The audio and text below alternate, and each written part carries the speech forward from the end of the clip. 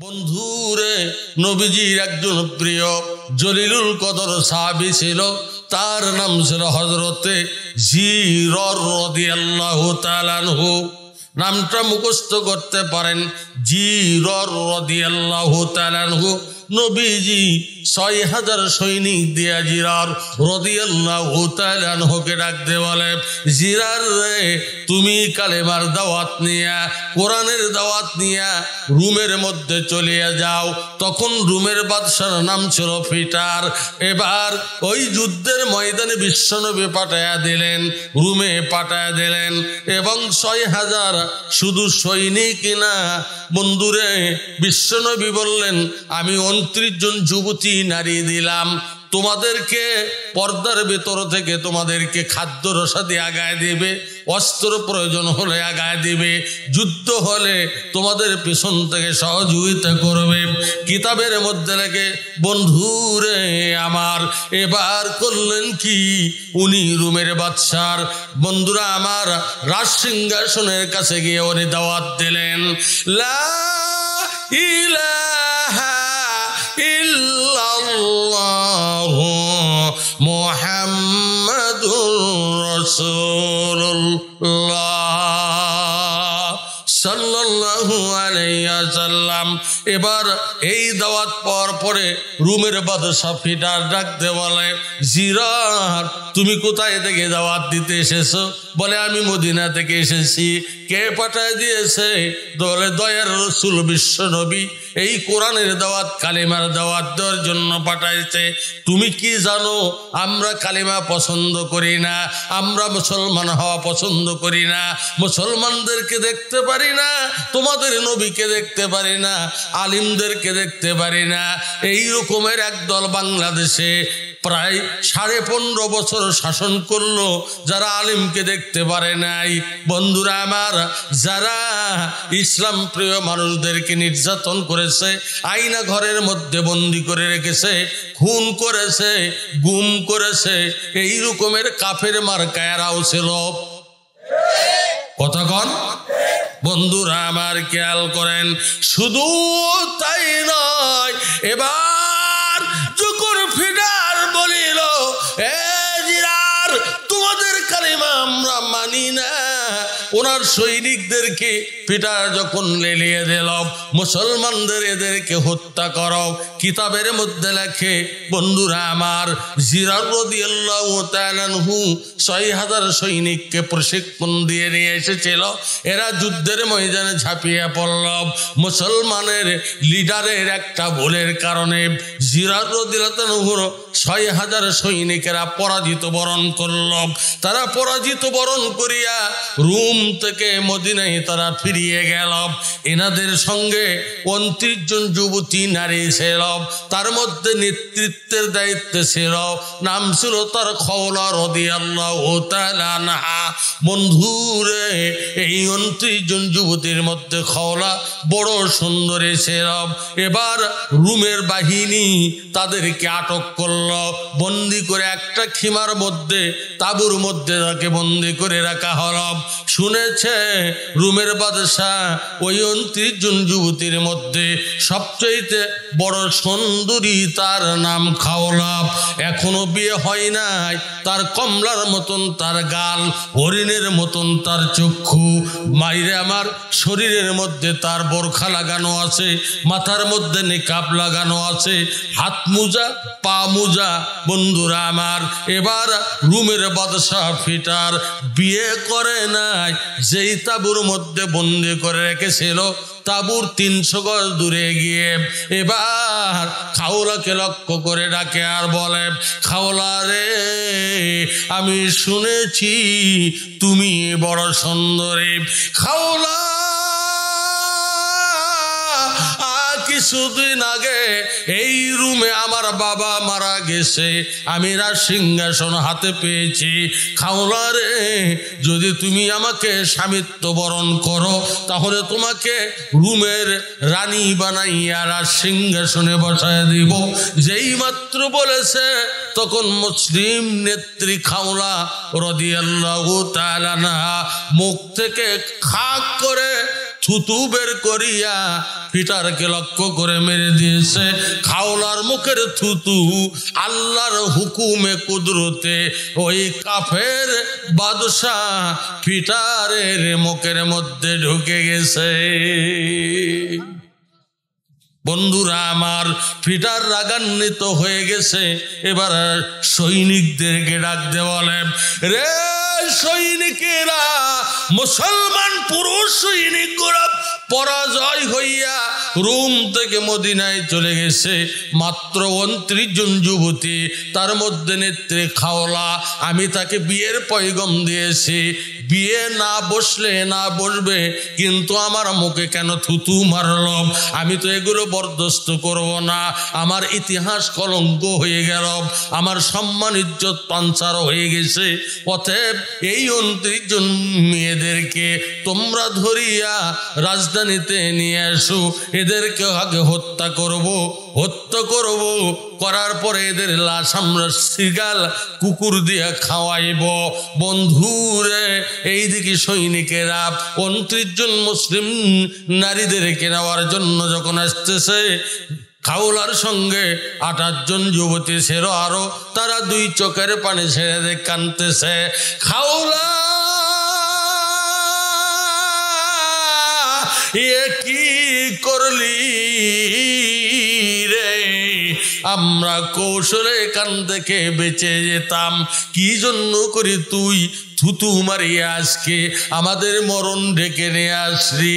তখন খাওলা রাদিয়াল্লাহু তাআলা আনহা ডাকতে বলে, ও বোনেরা, তোরা চিন্তা করিস না, প্রয়োজন হলো আমাদের 29 জন যুবতীর উপর আক্রমণ হলে আমরা সবাই একযোগে ওই রুমের বাদশা ফিটার বাহিনীর সঙ্গে আল্লাহর নামে আমরা যুদ্ধ শুরু করে দিব। বন্ধুরা আমার, যখন ফিটার বাহিনী নেওয়ার জন্য আসতেছে, কিতাবের মধ্যে লেখে, এবার খাওলা রাদিয়াল্লাহু তাআলা আনহা পবিত্র কোরআনের একটা আয়াত তেলাওয়াত করে উঠলেন, কুল লা ইউসিবানা ইল্লা মা কাতাবাল্লাহু লানা হুয়া মাওলানা وعلى الله فليتوكل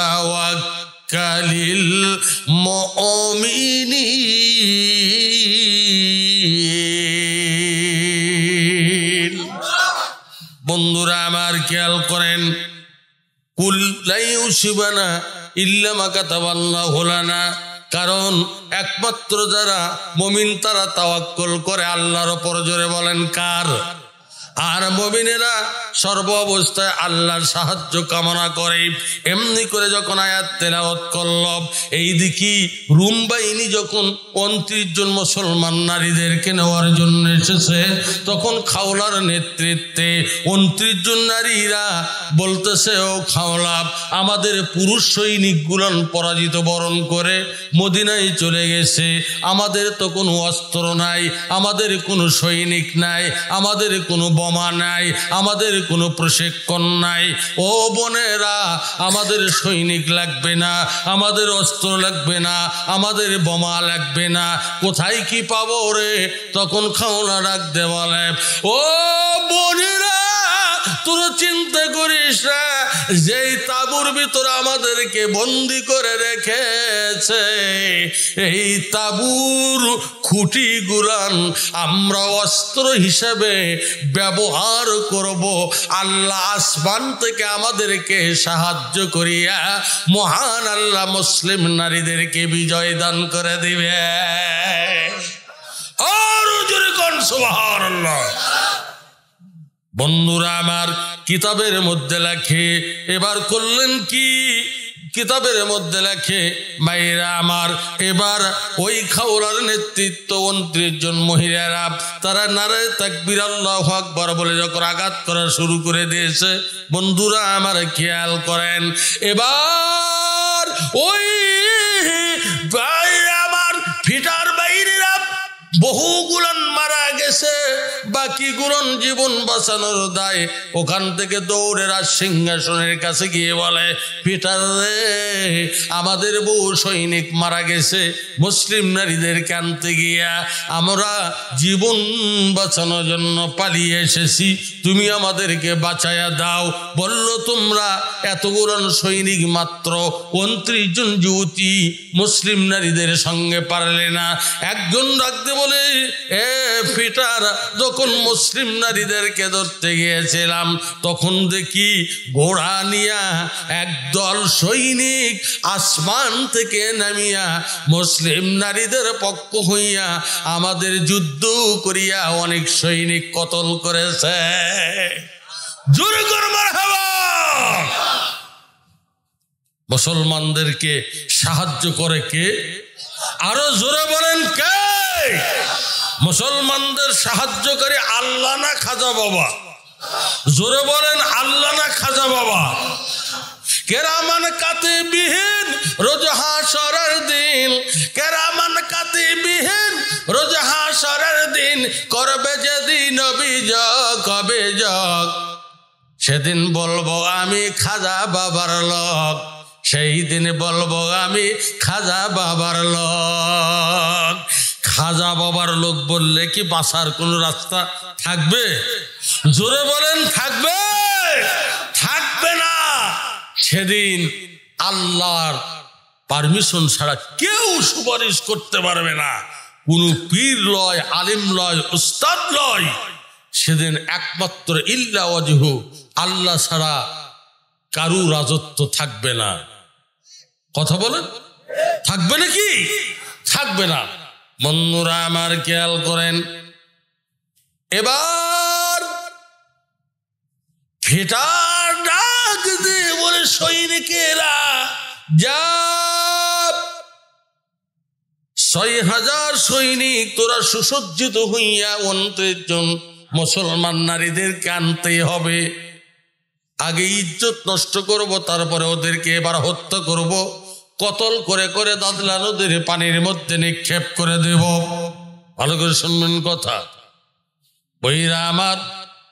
এবার বাকি 28 জন মহিলারা জমিনের মধ্যে গড়াগড়ি দিয়ে কান্না শুরু করে দিল। ফিটার বাহিনী এবার সুসজ্জিত হইয়া অস্ত্র নিয়ে, ভারী অস্ত্র নিয়ে বন্ধুরা আমার আসতেছে। দাদলা নদীর পানির মধ্যে তাদের ছবি দেখা যাইতেছে।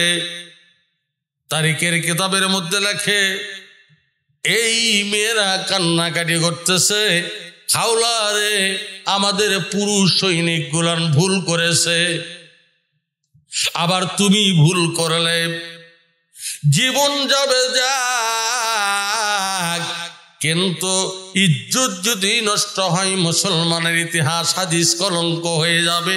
কি জন্যে তুমি থুতু মারতে গেলাম? এবার খাওলা রাদিয়াল্লাহু তাআলা জমিনে কান লাগিয়ে মুস্কি মুস্কি হাসে। 29 জন বন্ধুরা আমার যুবতীর মধ্যে খাওলা জমিনে কান লাগিয়ে হাসে। 28 জন গড়াগড়ি দিয়ে কান্দে। এবার 28 জন যুবতী ডাকতে বলে, খাওলা রে, আমরা চিন্তা করি আমাদের ইজ্জতের, আর তুমি জমিনে কান লাগিয়ে মুস্কি মুস্কি হাসো, এর কারণ কি? মনে হয় তোমারে আনন্দ লেগেছে বোঝা হয়। এবার খাওলা রাদিয়াল্লাহু তাআলা ডাকতে বলে, বোনেরা, আমি কি জন্য করে আমি হাসতেছি, তোরা জমিনে কান লাগায় দে। খাওলার কথা মোতাবেক এবার বাকি 28 জন যুবতী তারা জমিনে কান লাগাইয়া দিলাম।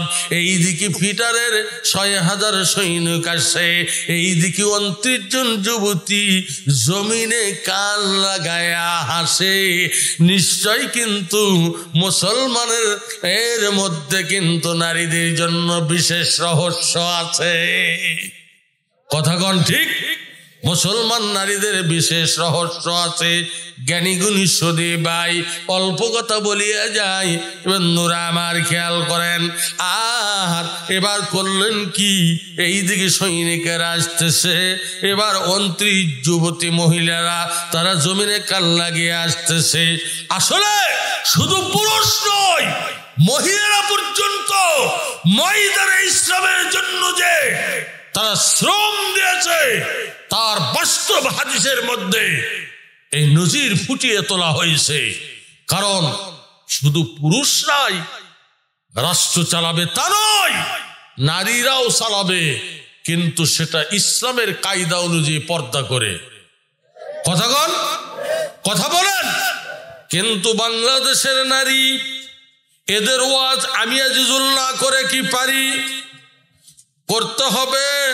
এই জন্য করে বলতেছি বন্ধুরা আমার, মহিলাদের ওয়াজ করা দরকার, কারণ ওরা ছাড়া হয় না আমাদের সংসার।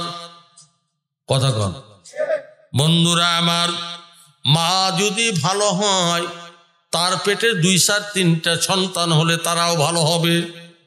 মা যদি ভালো না হয়, ওর সন্তান বুলেট মার্কা, ট্যাবলেট মার্কা, জন্টু মার্কা হবে। কথা কন বন্ধুরা আমার, খেয়াল করেন, মা যদি ভালো হয়, কি রকমের ভালো মা!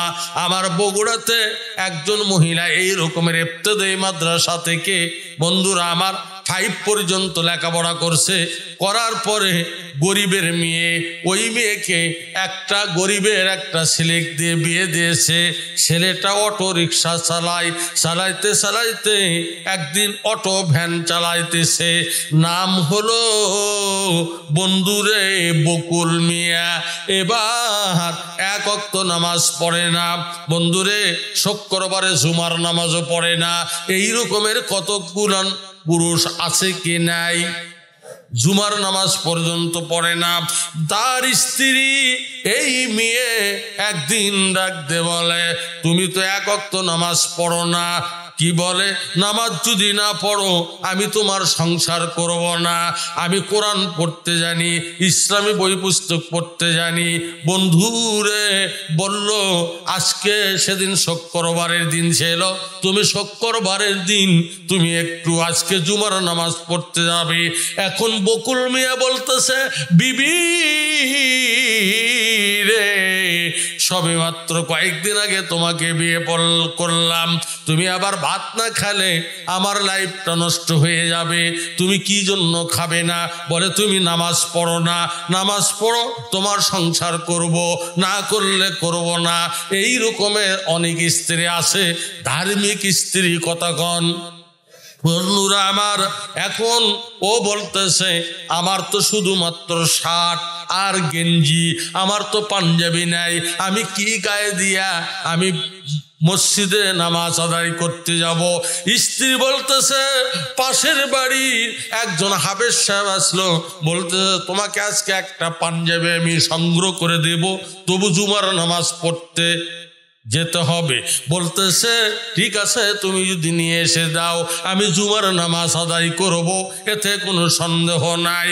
এবার ওর স্ত্রী পাশে এক হাফেজ সাহেব ছিল, অল্প বয়সের, যাইয়া বলতেছে, বাবা হাফেজ সাহেব, তোমাদের কি পুরাতন পাঞ্জাবি আছে নাকি? এখন বলতেছে, চাচি পাঞ্জাবি কি করবেন? বলে, তোমার চাচা বকুল মিয়া 5 ওয়াক্ত নামাজের 1 ওয়াক্ত পড়ে না, শুক্রবারে জুমার নামাজ পড়ে না। আজকে একটু জুমার নামাজ পড়ার কথা বলেছি, যাইতেছে এসে কিন্তু পাঞ্জাবি নেবে। বলতেছে, চাচি মা, আমাদের তো অল্প ঝুলের পাঞ্জাবি নাই, খালি আমাদের আছে জুব্বা। বলে, বাবা একটা জুব্বা দাও। ওই জুব্বাটা দিছে। এবার করছে কি বন্ধুরে, ময়লা জুব্বা সাবান দিয়া পরিষ্কার ধুয়ে দিয়েছে, শুকাইছে। এবার বকুল মিয়া ভ্যান নিয়ে সকালে গেছে। স্ত্রী ফোন করেছে, তুমি কোথায়? বলতেছে, আমি বগুড়া মাটিডালি বিমানবন্দরে। বলতেছে, স্বামী রে, এখন 11:30 বাজে, তুমি তাড়াতাড়ি করে চলে আসো, শুক্রবারের দিন এত টাকা কামাই করতে হবে না। যদি তুমি না আসো তাহলে কিন্তু আমি বাড়িতে তালা মেরে চলে যাব। স্ত্রীর ভয়ে বকুল মিয়া ভ্যান নিয়ে এবার বাড়িতে আসছে 12টা বেজে গেছে। এমন সময় স্ত্রীর সামনে দাঁড়িয়ে বলতেছে, যাও যাও তুমি যাও গোসল করো। বলতেছে আমি গরিব মানুষ, কি বয়েল নাই? বলে পুকুরে যাও গোসল করো। বলতেছে এখন তো শীতের দিন, আমি কেমনি পুকুরে গোসল করব? বলে গোসল করে আসো, মসজিদে যাও, না হলে কিন্তু আমি তোমার সঙ্গে সংসার করব না। স্ত্রীর ভয়ে বকুল এবার পুকুরে গিয়ে গোসল করে এসেছে। গোসল করে আসার পরে বন্ধুরা আমার, গোসল করে আসার পরে এবার বিবি ওই যে হাফেজ সাহেবের কাছ থেকে একটা পুরাতন পাঞ্জাবি পরিষ্কার করে রেখেছে। বলতেছে স্বামী তোমার জন্য একটা আমি পাঞ্জাবি সংগ্রহ করে রেখেছি, তুমি এটাই গাওয়াত দিয়ে মসজিদে যাও। বলতেছে এখনো তো জুমার নামাজের আজান হয় নাই। বলে আজান হবে 2-4-5 মিনিটের মধ্যে, কারণ 12:15টায় জুমার নামাজের আজান দেয়, কারণ দিন ছোট, পৌষ মাস, অতএব তুমি যাও। এখন করছে কি, ওই জুব্বটা গায়ে দিছে, দেওয়ার পরে দেখে পায়ের তালু পর্যন্ত হয়ে গেছে। ও আবার ছিল খাটো মানুষ, খাটো মানে বেটে, বেটে মানে বাংলু, এই রকমের খাটো মানুষ আছে কি নাই? আপনাদের এলাকাতে 2-1 আছে খাটো খাটো, বুঝুন তো? খাটো মানুষের 2টা গুণ দর্শন কিতাবের মধ্যে ইমাম গাজ্জালি বলেছে। 1 নাম্বার গুণ, খাটো মানুষের বয়স বেশি হলে বোঝা যায় না। নাম্বার 2, যদি 2 এলাকার লোক মারামারি লাগে, যদি খাটো মুসলমান কোন দলের পক্ষে মারামারি করতে যায়, ঠ্যাঙ্গের তলে দিয়ে পার হয়ে আসে, কোনো জায়গা বাঁধে না। কথা কয় না কে? বন্ধুরা আমার, এবার বন্ধুরা আমার দেখে একের জুব্বেকের পায়ের পাতা পর্যন্ত হয়ে গেছে। এখন বইয়ের পর আগ হয়ে গেছে, ভূতের জাত, এটা কি পাঞ্জাবি এনে দিলি? দেখছিস আমার তো লঙ্গি পরা লাগবে না। হ্যাঁ, বউ এখন করছে, শোনো তুমি যাও তো আজকে জুমার নামাজটা এই পাঞ্জাবি পরে তুমি একটু আদায় করে আসো, আমি আগামী শুক্রবার আস্তে আস্তে একটা তোমার পরিমাপ মোতাবেক ঝুল দিয়ে একটা দর্জির কাছ থেকে পাঞ্জাবি তৈরি করে এনে দেব। এখন এই বলে স্ত্রী অন্য ঘরে চলে গেছে। ওই এখন দেখতেছে পায়ের পাতা পর্যন্ত হয়ে গেছে। ওই লঙ্গি টঙ্গি আর পরেনি, ওরা গাওয়াত দিয়ে আজানের আগে মসজিদে যা বসে আছে। যিনি মসজিদে আজান দেয় উনি এখন যায় দেখে বকুল কমা বসে আছে।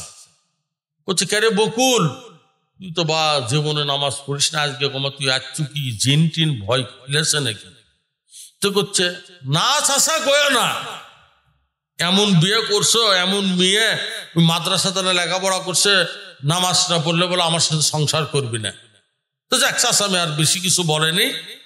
ওই করছে কি, ইমাম সাহেবের পরে যে কাতার মজ্জিন সাহেব থাকে ওর ডান পাশে দাঁড়াইছে। যে করছে চাষা মিয়া সূরা কেরাত তো আমি কিছুই পারি না। তো বলতেছে বকুল আসলে আমি যেভাবে পড়ি তুমি দেখে দেখে শেখো। ভালোই বলছে, ঠিক না বেটি?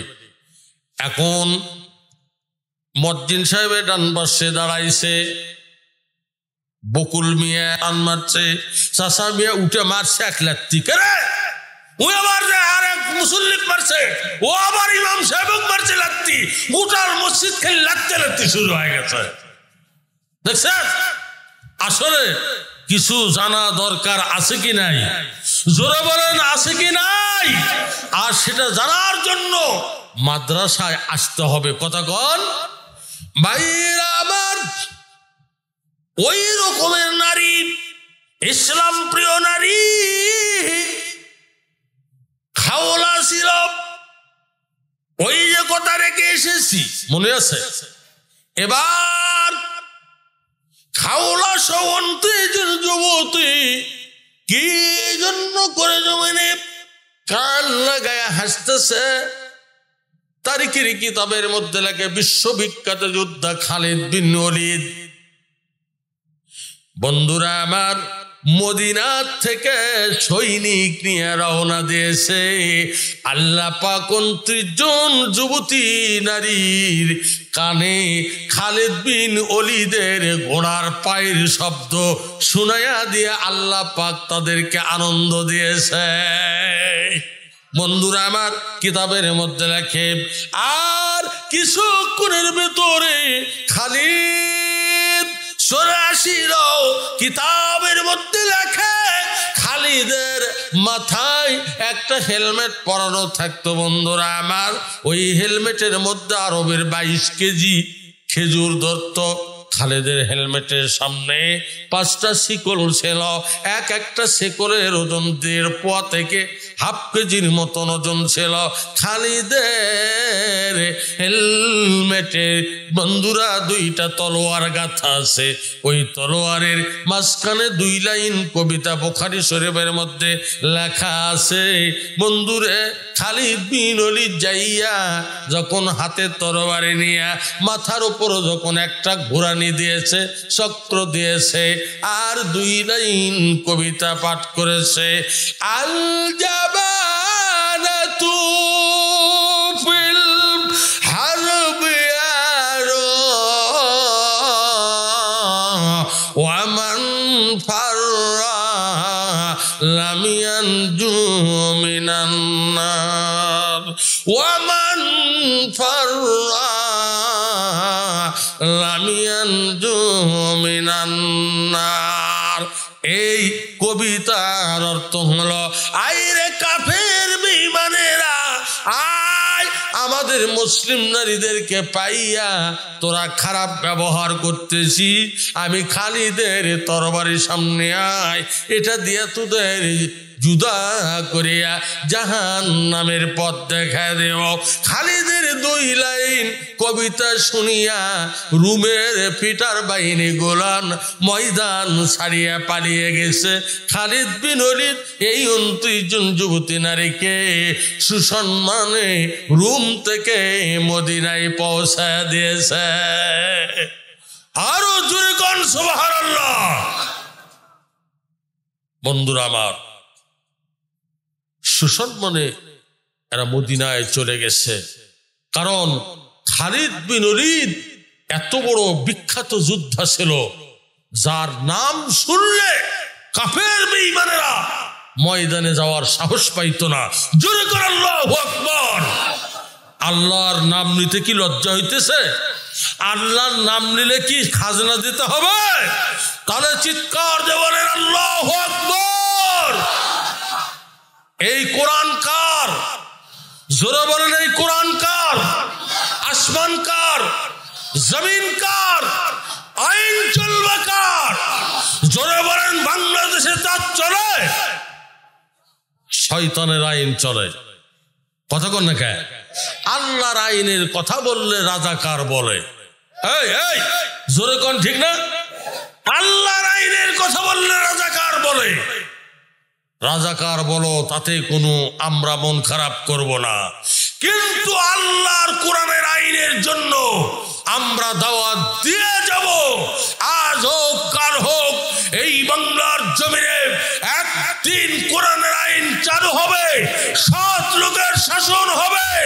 সেই দিন নারী পুরুষ অবাধে তারা নির্দ্বিধায় দিনের রাতে নিরাপত্তার সহিত তারা চলতে থাকবে। কথাগণ, আপনার মেয়ে কলেজে পড়ে, ইন্টারমিডিয়েটে পড়ে, অনার্সে পড়ে, মাস্টার্সে পড়ে মনে করেন, কিন্তু কলেজ থেকে ইজ্জত নিয়ে সম্মান সহিত বাড়িতে আসবে ফিরে, এর কোনো গ্যারান্টি আছে?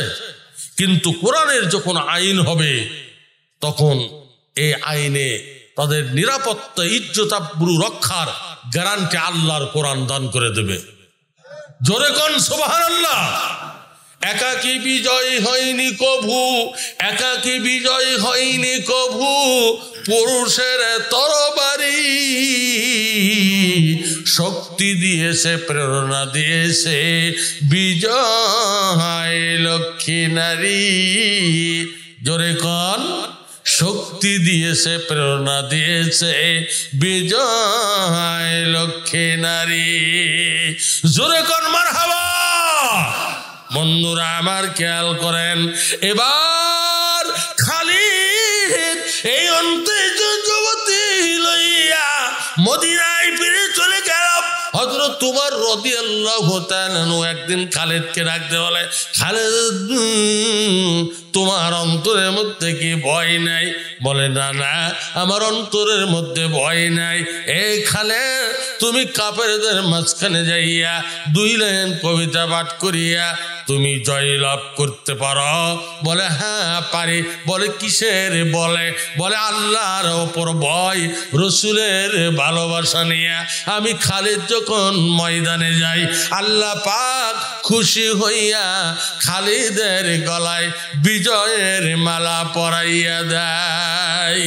सारी दुनिया घूमो खालिद, सारी दुनिया घूमो खालिद, फिर ना कुछ नुकसान है, डर नहीं कुछ गम नहीं कुछ डर नहीं कुछ गम नहीं कुछ रहमत रहमान ही। मुसलमान जुई খালে সন্তরে আল্লাহ রাস্তায় বের হয়, ওই মুসলমানের কোনোদিন পরাজয় হবে না।